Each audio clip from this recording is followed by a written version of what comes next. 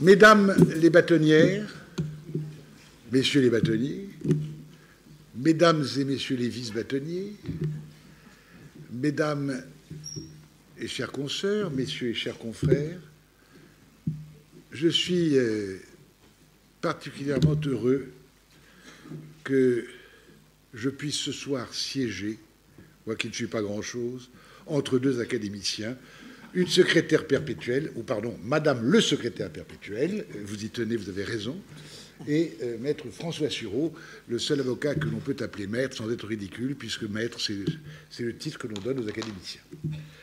Et nous sommes là pour honorer la mémoire de Jean-Denis Bredin, et je vais prendre ma place là-bas pour dire quelques mots avant de vous laisser la parole à vous, Madame, et à François ensuite.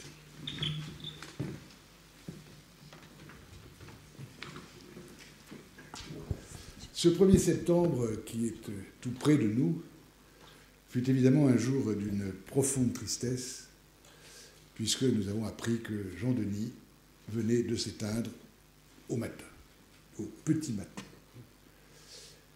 Or, disparaissait avec lui un des personnages les plus éminents, les plus respectables, les plus talentueux de notre barreau. Jean-Denis, qui, nous sommes plusieurs de cette même espèce, qui m'honorait de son amitié, avait ce charme exceptionnel de la simplicité et de la modestie, et je vais, à ce propos, lire quelques extraits de textes qui ne sont pas de moi, mais qui illustrent magnifiquement. Jean-René était né, comme vous le savez, le 17 mai 1929. Et c'est encore mineur qu'il prêta serment d'avocat, puisqu'il le fit en 50, avant son 21e anniversaire. Et il a été premier, toute sa vie.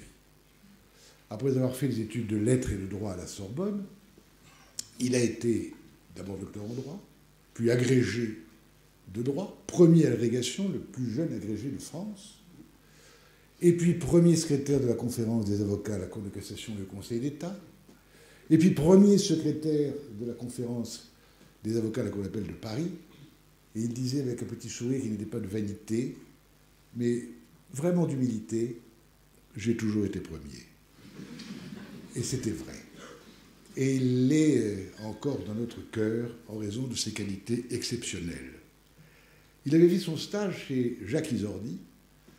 Il a ensuite, le temps passant, et je ne vais pas énumérer toutes les affaires qu'il a plaidées, il s'est associé et a fondé en 1965 avec lui le cabinet Bredin-Badinter. Ce fut un énorme cabinet et ils étaient très unis. Je vous le démontrerai en lisant, car Robert Badinter ne pouvait pas être là ce soir et il est pris par le 40e anniversaire de l'abolition de la peine de mort. Les bâtonniers de province l'ont sollicité aujourd'hui, donc ça coïncidait mal avec notre cérémonie.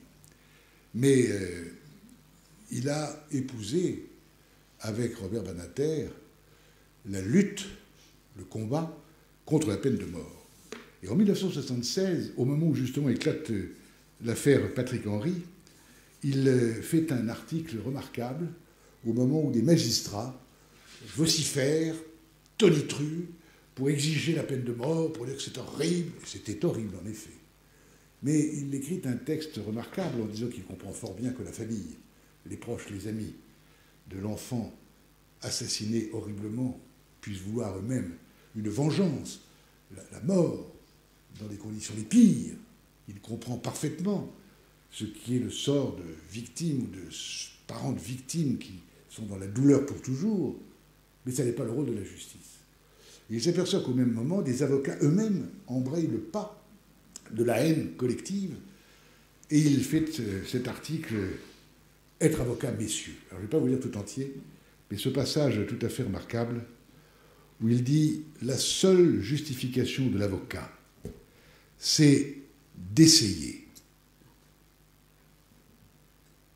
d'être partout et toujours la défense, d'être présent aux côtés de tous, et même du pire d'entre nous, surtout du pire d'entre nous, qui n'a plus rien ni foi, ni conscience, ni droit, ni ami, ni juge, quand la haine et la colère l'emportent sur la mort, et à la mort. Mais être avocat, messieurs, qui ne défendez jamais sans doute que des veuves et des orphelins, ce n'est pas justifier, ce n'est même pas excuser, c'est interdire à la haine d'être présente à l'audience. C'est tenter d'amener le juge à rester juste. C'est veiller au respect des lois. C'est peser les responsabilités. Qu'est-ce que cela signifie, faire grève, défiler dans la rue, en appeler au respect du rôle nécessaire de l'avocat, si nous cessons d'être avocats, si cela cesse d'être commode, cette collective dérobade, nous l'avons ressenti comme une humiliation.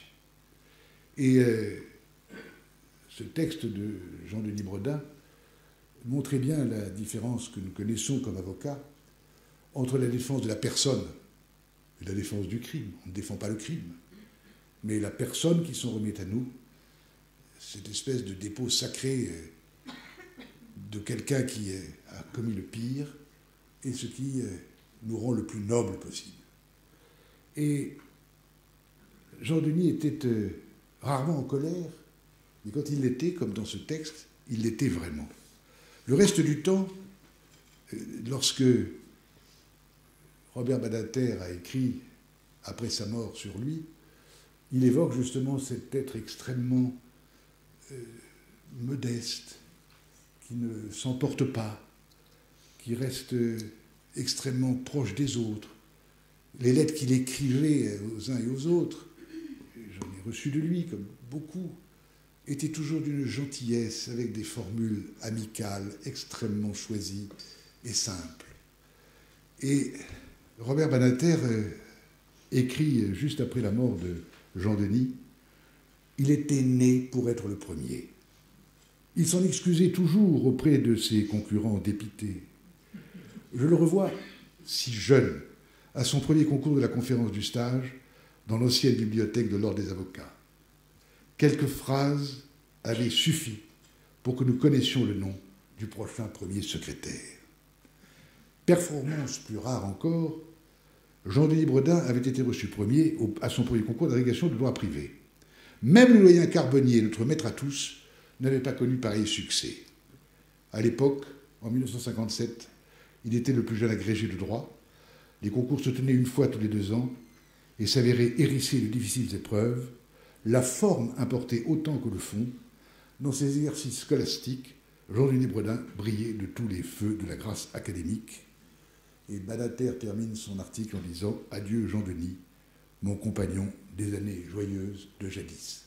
Car même si leurs chemins s'étaient séparés lorsque Robert devint garde des Sceaux et ne fut plus avocat, ils avaient gardé l'un pour l'autre une profonde estime et une réelle amitié. Et si les chemins s'étaient un peu séparés, en tout cas, les regards continuaient à s'échanger avec beaucoup d'amitié.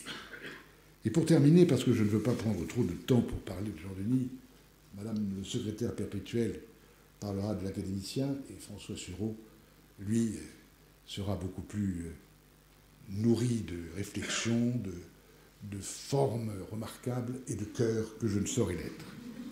Mais je voudrais, pour terminer, évoquer un des derniers ouvrages de Jean-Denis.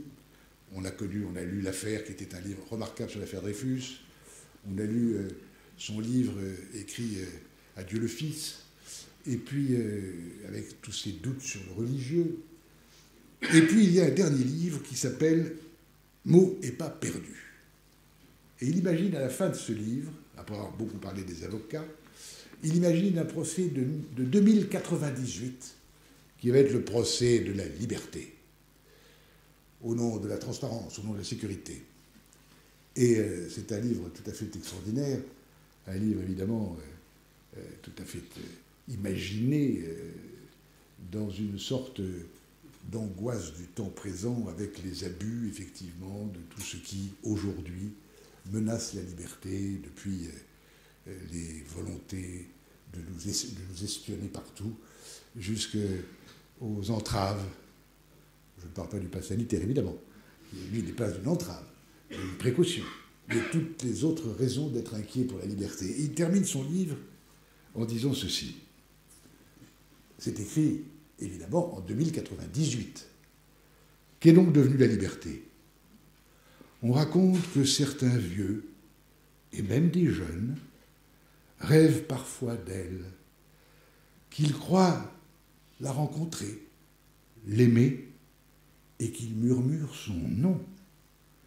Car le droit moderne n'interdit pas encore de rêver la nuit. Et nous rêverons avec Jean-Denis longtemps encore, puisqu'il ne nous a quittés que charnellement, mais sa pensée demeure et son souvenir nous illuminera longtemps.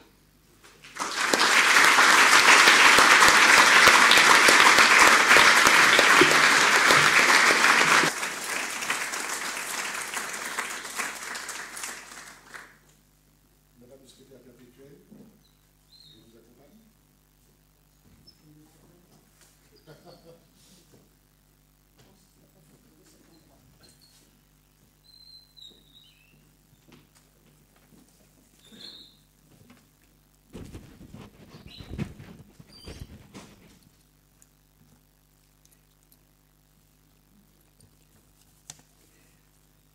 Mesdames et messieurs les bâtonniers, mesdames et messieurs les avocats, monsieur le bâtonnier Charrière-Bournazel, je m'adresse à vous parce que c'est pour moi un grand honneur que d'avoir été convié à écouter l'éloge de Jean-Denis Bredin et même de pouvoir y ajouter quelques mots. C'est vous qui m'y avez convié, monsieur le bâtonnier. Je tiens à vous en dire ma très vive reconnaissance. Jean-Denis Bredin était pour moi un ami très cher, un confrère que, comme tous les académiciens qui l'ont connu, j'admirais infiniment. Mais il m'a été aussi un guide précieux pour la gestion de l'Académie. Je puis dire que sans lui, sans son regard bienveillant, mais rigoureux et toujours juste, sans sa science du droit et de l'administration, je n'aurais pu accomplir ma tâche. Il a toujours été présent pour moi, ouvert à tous mes appels, à tous mes questionnements. L'Académie et moi lui devons d'avoir traversé sans encombre 4 contrôles de la Cour des comptes. Ça n'est pas un mince exploit. Et d'avoir pu adopter des réformes extrêmement difficiles et parfois contestables.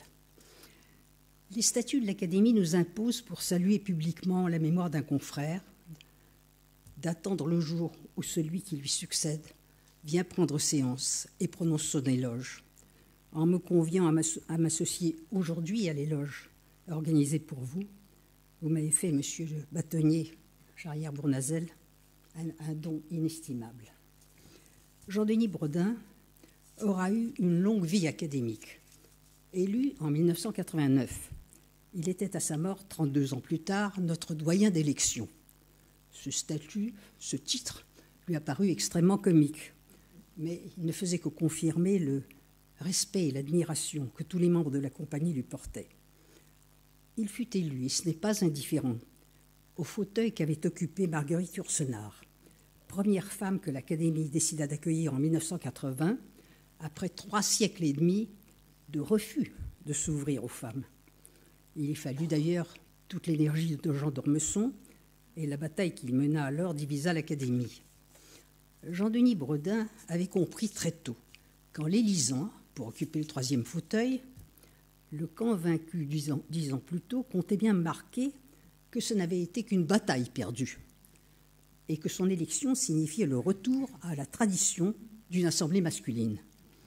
Et c'est pourquoi il s'est attaché lui-même à être l'avocat constant d'une véritable ouverture de l'Académie à ce qui s'appelait encore à l'époque le sexe faible, pardon pour cette incorrection politique, dont il disait au contraire qu'il était remarquablement fort et indispensable à l'équilibre et à une composition juste de toute institution, particulièrement de l'Académie.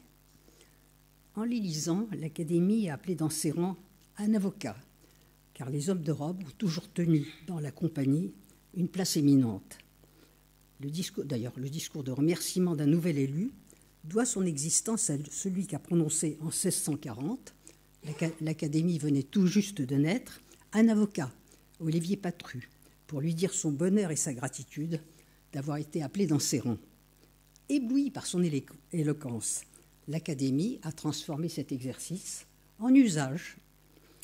Certes, certains avocats, membres de l'Académie, tels Corneille, La Fontaine, Boileau, étaient surtout réputés pour leurs écrits et non pour leurs plaidoiries.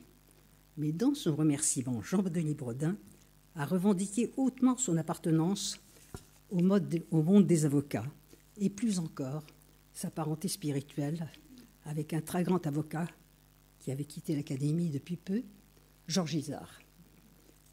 En exprimant sa gratitude à la compagnie, Jean-Denis Bredin a résumé de manière fort charmante et teintée d'humour, à son habitude, ses sentiments. Et je le cite. « Je vous remercie pour l'enfant que je fus, dont vous avez bien voulu accepter de distraire les jeudis, d'autres jours de séance. Je vous remercie pour l'amateur d'objets que vous avez convié à regarder de près une épée, à la toucher même, une épée imaginée pour de mystérieux emplois, faire reculer la sottise ou découper des livres. Je vous remercie pour le roturier que je suis de cette particule qui vient rehausser le nom de vos élus. Me voici donc de l'Académie française, fier et heureux d'être votre parent. Je vous remercie enfin pour le vieil homme que je vois se profiler, auquel vous promettez une immortalité, ce qui m'aidera à mieux prendre les temps qui viennent. Mais l'Académie a élu aussi un écrivain remarquable, historien et romancier dont l'œuvre va tout particulièrement se déployer après son élection. Cette œuvre, comme toutes les autres activités de Jean-Denis Bredin, est caractérisée par une extraordinaire pudeur. Il ne voulait pas qu'on parle de lui et il ne parlait pas de lui. Au palais, il a parlé de ceux qu'il défendait. Dans son activité d'universitaire, car il était professeur de droit, il a enseigné très longtemps à Rennes, à Lille, puis à Paris, il parlait du droit, mais pas de lui, ni de ses interprétations. Jamais Jean-Denis Bredin en avant. Et l'écrivain s'est dissimulé toujours derrière des personnages, ceux réels que l'histoire lui inspirait, Sieyès, Dreyfus, Joseph Caillaux, ou encore Charlotte Corday. De l'histoire, l'écrivain a glissé au roman. Certes, ces romans parlent en réalité de Jean-Denis Bredin, des déchirures de l'enfance, du dur chemin de la vie qui conduit à la mort. Mais ce n'est pas Jean-Denis Bredin qui parle dans ses romans. Il reste caché derrière ces personnages. Si l'on y retrouve sa sensibilité extrême, sa pudeur, le romancier reste toujours masqué, et il n'en est que plus déchirant. L'historien, lui, a choisi des sujets qui sont tous en quête d'un avocat, et il va plaider leur cause. Sieyès, victime d'une embardée historique, sa révolution a débouché sur un empire conquérant. Il ne s'y attendait pas. Dreyfus a été écrasé par un destin qu'il ne comprenait pas. Joseph Caillaux, l'homme d'État, qui termine à la santé, parce que sa politique est mal comprise, et dont on retient surtout que sa femme a tiré des coups de revolver sur le patron du Figaro, et qu'il a inventé l'impôt sur le revenu, ce qui ne lui assure pas une postérité très remarquable.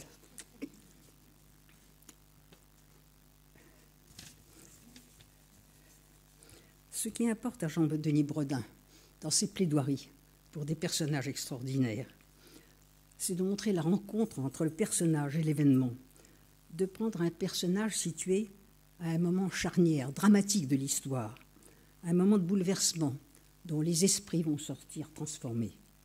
Jean-Denis Bredin, au-delà de l'aventure et du drame vécu par ses héros, se penche sur les origines spirituelles, sociales, économiques qui marquent le cours des choses. Ces ouvrages sont ainsi caractérisés par l'ampleur de l'information et la profondeur de la réflexion. C'est l'histoire telle que la concevait Braudel, dont l'étude, le recours au passé, permettent à une société de se comprendre et peut-être d'affronter plus sereinement ses problèmes. Dans chacun de ses ouvrages, Jean-Denis Bredin a montré la complexité des peuples, des sociétés, des hommes, partagés entre la volonté de conserver leur héritage a un héritage, et celle de répondre à un élan de liberté novatrice. En insistant sur cette dualité présente dans toute société, Jean-Denis Bredin a insisté sur la nécessité de comprendre et d'accepter cette dualité, cette double tension. Et il a toujours récusé les explications simples, les catégories qui rangeaient les peuples et les hommes d'un seul côté, le bien ou le mal, la liberté ou la contrainte, etc. Il écrit cette phrase extraordinaire: « Chacun de nous est capable, un jour, de fusiller l'innocent, un autre de se faire fusiller pour l'innocent. » L'œuvre de Jean-Denis Bredin, celle de l'historien, comme du romancier, est une œuvre tragique. Elle est dominée par une vision du mal qui surplombe les actes des hommes et la vie des sociétés. Pour comprendre cette vision, il faut revenir à ce que l'homme pudique et l'orateur éblouissant déplorait toujours, que les hommes aient oublié dans leur frénésie de vivre et d'agir l'amour du prochain et l'esprit de justice. Les membres de l'Académie française sont généralement désignés comme immortels. Ils savent bien pourtant que ce qualificatif est une extension abusive de la devise que leur a donnée leur fondateur, le cardinal de Richelieu, devise qui se rapporte à la langue française, que l'Académie a pour fonction première d'accompagner et d'illustrer. Si nous ne sommes pas immortels, nous avons pourtant une particularité assez remarquable. Notre élection nous fait entrer dans une communauté de 40 personnes dont nous allons partager la vie jusqu'à la mort. Quelle autre institution assure cela? C'est pourquoi la mort ne nous sépare jamais. Dans notre salle de séance, nous voyons derrière chaque académicien présent la cohorte de ceux qui l'ont précédé à sa place. Cela signifie que Jean-Denis Bredin sera toujours parmi nous, que nous reverrons toujours son élégante silhouette, son sourire tendre et désabusé, et nous imaginerons à tout moment ce qu'il pense des propos et des actes de ses confrères, cette famille de l'esprit que l'on ne quitte jamais. Cette spécificité de l'Académie, Jean-Denis Bredin ne l'avait pas mentionné dans le remerciement que j'ai cité tout à l'heure, ce privilège de l'Académie. Probablement n'en avait-il pas tout à fait conscience en ce jour de gloire. Je pense qu'il s'en réjouit aujourd'hui comme nous le faisons et que nous partageons le même sentiment d'être tous ensemble toujours. Merci.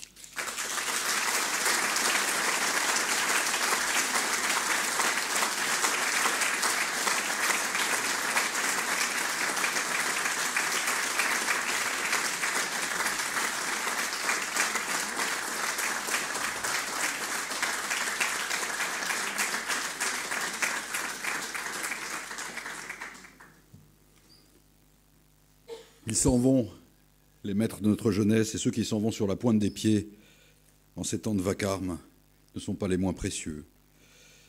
Notre confrère Jean-Denis Bredin avait refusé, on le sait, la Légion d'honneur, comme il avait défendu tout hommage public. Et ce n'est pas sans un serment de cœur que je prends la parole ce soir. Si nous étions restés fidèles à son désir, nous eussions été infidèles à nous-mêmes, et peut-être même à lui. Il y a quelque chose de fascinant, et pour tout dire, d'irréductible, dans cette discrétion recherchée jusqu'au-delà de la mort. On la rencontre chez les croyants, assurés qu'ils sont d'autre chose, mais de Dieu, comme il l'a écrit dans un livre émouvant et splendide, Jean-Denis Bredin n'avait jamais connu que le silence. On la rencontre aussi chez les désespérés, mais Jean-Denis Bredin ne l'était pas davantage. Sans ça, il ne se fut pas soucié, comme il l'a fait, de démonter la comédie des apparences, ou parler de Bernard Lazare avec les mots qu'il a employés, ni défendu ce qu'on appelle un peu facilement les grands principes. Ceux qui parlent aujourd'hui, par exemple, de droit de l'hommisme, la génération de Jean-Denis Bredin a su de quelle monnaie se payent à la fin leurs discours, et d'abord celle des places vides à table, pour cause de guerre, de résistance ou de déportation.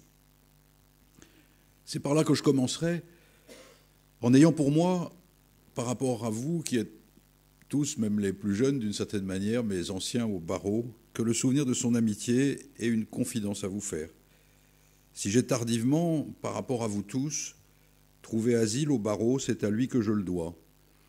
À cet exemple d'élégance et de rigueur, et à ce côté réfractaire au fond, qu'une éducation parfaite ne parvenait pas à cacher entièrement. Au départ de ces vocations-là, il y a la faute, celle de Julien dans l'enfant-sage, qui doit à chaque instant se faire pardonner d'exister.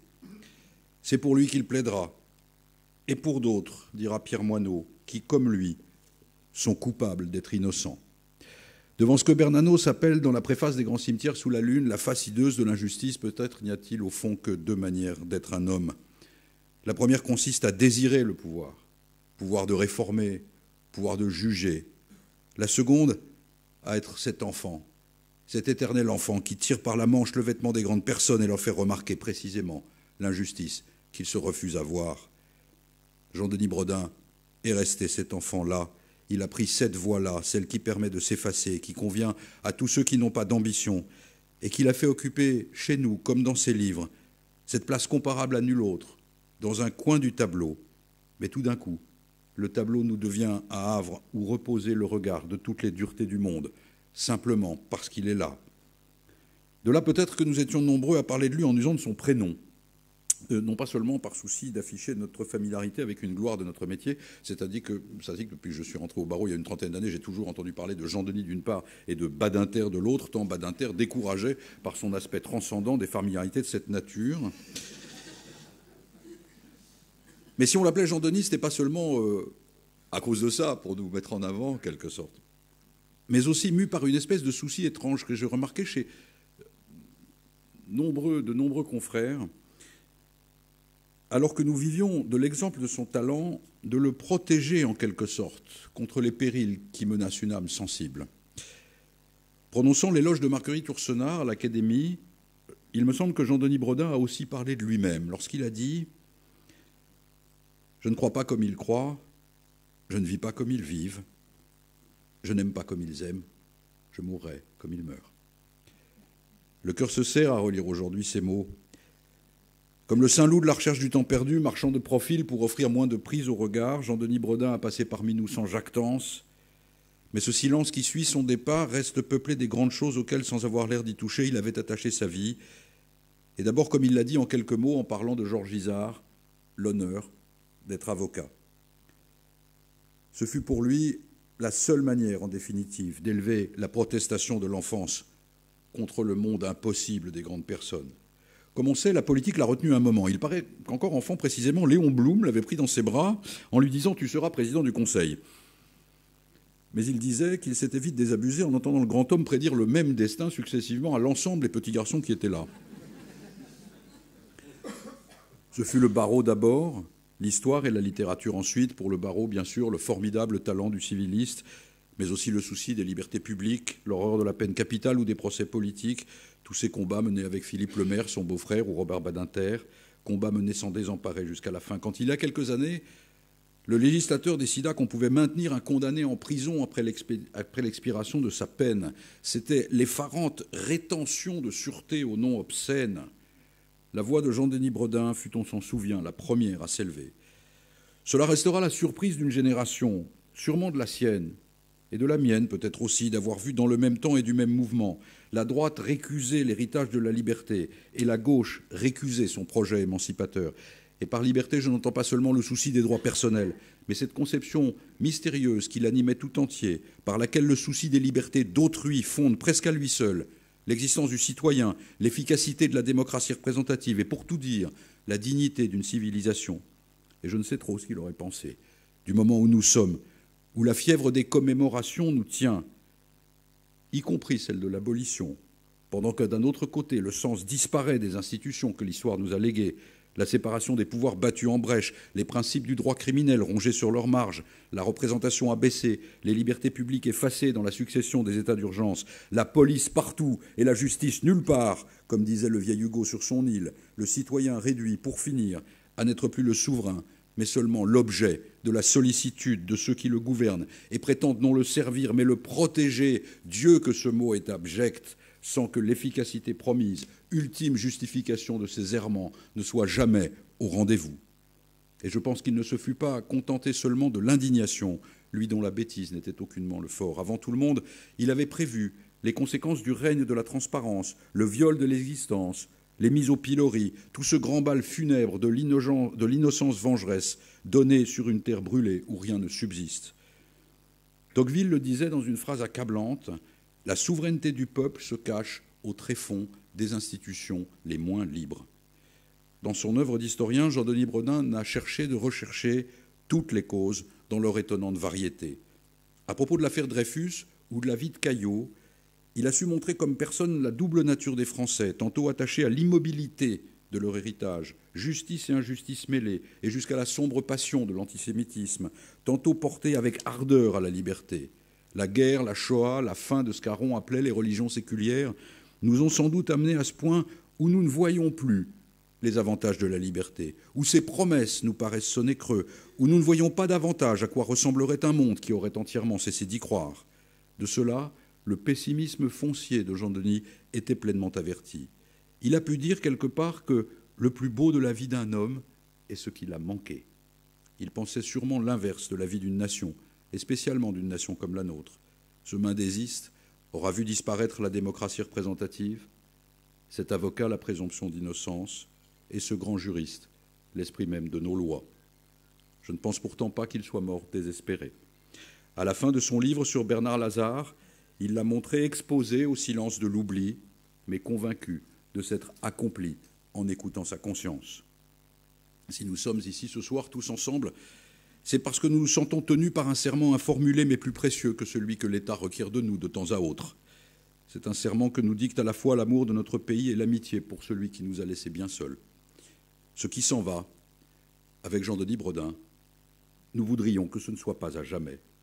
Pour la méthode, la civilité, la nuance, l'habitude de penser contre soi, pour la substance, l'amour de la liberté qui doit demeurer la règle alors qu'on voit bien qu'elle devient l'exception, la confiance en l'homme, une résistance discrète, opiniâtre aux réquisitions des pouvoirs et l'horreur de l'injustice. Voir les institutions du côté de ceux que la machine peut broyer, peut-être est-ce là, après tout, ce qu'on appelle être un homme de gauche, et d'une gauche que la droite même pourrait aimer si elle ne se trompait pas sur ce qui constitue l'essentiel de notre héritage commun. Jean-Denis Bredin a laissé de grands livres, érudits, enlevés, écrits d'une main très sûre et dans un style parfait. Il a montré une rare attention aux forces de l'esprit, et en particulier de l'esprit des Lumières, et aussi une grande puissance de refus, qui n'a pas toujours animé ceux qui appartenaient au même camp politique que le sien, et qui ont trouvé parfois des excuses au système totalitaire, à la manière du Babel de Cavalerie Rouge. Bredin n'a pas été sensible à la mystique des conventionnels, et sans doute les appels au pilori, au bagne, au supplice qu'on entend aujourd'hui un peu partout, où sur un bord on piétine la présomption d'innocence et sur un autre on réclame la dissolution des cours suprêmes, la révocation de la Convention européenne des droits de l'homme, le laisserait absolument interdit. Il critiquait déjà voici 30 ans le retour du talion et n'était pas homme à céder aux réquisitions de l'angélisme exterminateur. Mais quel homme était-il au juste? Au-delà de cette courtoisie, de ces singularités, dont plusieurs parmi nous furent les victimes heureuses, par exemple lorsqu'il décommandait 10 fois un déjeuner pour se présenter à la 11e. Ce n'est pas dans les grands livres dont je parlais, mais dans ces fragments qu'on le trouvera. Ce sont des fragments par lesquels on pénètre par réfraction dans son passé, par lesquels on s'approche par touche d'une réalité assez insaisissable. Lorsqu'il parle de lui, Bredin, c'est l'anti-Chateaubriand, non pas l'homme qui, après 40 ans, décide de consacrer des milliers de pages à raconter sa vie, mais celui qui ose à peine, comme dans ce livre magnifique qui s'appelle « Trop bien élevé », ouvrir la porte d'un détail. Était-ce un détail? C'est tout le contraire, et le seul mystère qui subsiste devant nous, celui de la destinée. Les 3 habits dont il s'est revêtu au cours de son existence sont comme les uniformes de l'effacement. On l'a d'ailleurs comparé aux écuyers du cadre de Saumur, qui sont peints en noir parce que, dit-on, ils portent le deuil de la facilité et se laissent disparaître derrière le rare. L'avocat qui s'efface derrière la cause, la personne qu'il défend. L'écrivain qui déjoue les déterminations sociales en accédant à une fraternité mystérieuse où Saint-Simon et Jean Genet font également figure d'ancêtres. L'historien qui cherche inlassablement le monde qui précède sa naissance, le monde où l'on n'est pas là. Ce sont 3 manières de se tenir en retrait, au-dessus peut-être, à côté tout au moins. Ce qu'il nous reste à méditer, c'est cette leçon, cette façon et son souvenir. Les pères du désert stigmatisaient, on le sait, ce qu'on appelle la philotie, l'amour de soi. Jean-Denis Bredin en aura été dans sa vie et dans son œuvre le plus farouche adversaire. Il est des combats, écrit Giono, où l'on est seul engagé et dont le tumulte est silence pour le reste du monde. Le silence dont était fait dans le secret cette vie si pleine, et quoi qu'il en eût si réussi, se prolonge à présent dans la mort, mais d'une manière telle qu'il semble s'attarder parmi nous pour y recevoir un peu gêné les marques maladroites de notre infinie gratitude. Restez avec nous, cher Jean-Denis, puisque rien ne s'achève de ce qui est juste, et soyez remerciés pour la leçon que vous nous avez donnée.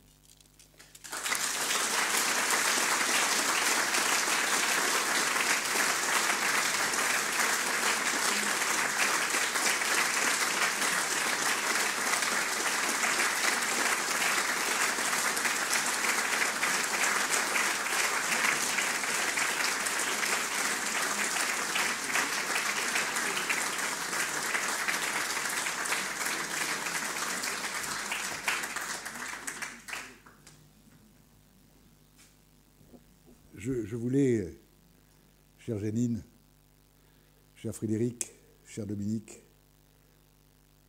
chère Madame, sa sœur, vous dire que nous pensons à sa famille, vous qui êtes là ce soir, et puis aussi Marie-Hélène Lemaire, la fille de son demi-frère Philippe. Et peut-être avez-vous, les unes et les autres, quelque chose à nous livrer de lui, ou dans la salle, vous, madame, monsieur, un souvenir à évoquer, une pensée à partager, quelque chose à dire de Jean-Denis avant que nous nous séparions. Je vous laisse la parole.